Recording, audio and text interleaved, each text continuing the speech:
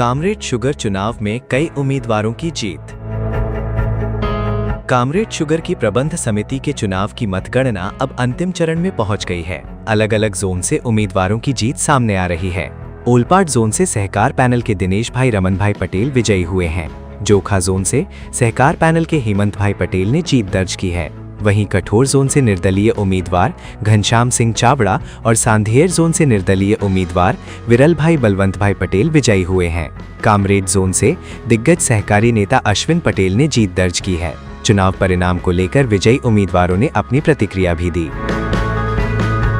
ये परिणामों प्रजा ने संतोष थाय અને પ્રજા મત આપે એ રીતના અમારા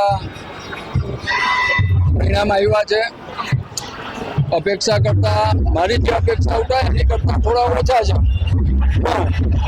જે કોઈ મિત્રો ચૂંટાયા છે તે પણ મારા મિત્રો અને મારા સમર્થનવાળા છે, પરંતુ જે લોકો પરિવર્તનની વાત કરતા હતા એવો આજે પુનરાવર્તન જોઈને આવનારા દિવસોમાં આવું ઘાતક પગલું નહીં ભરે અને સંસ્થાના હિતમાં કામ કરતું હોય તો તેને મજબૂતીથી સપોર્ટ કરે એવી હું એમને વિનંતી કરું। મારી 226 જીત થઈ છે અને સમગ્ર સમાજના લોકો મારી સાથે રહ્યા।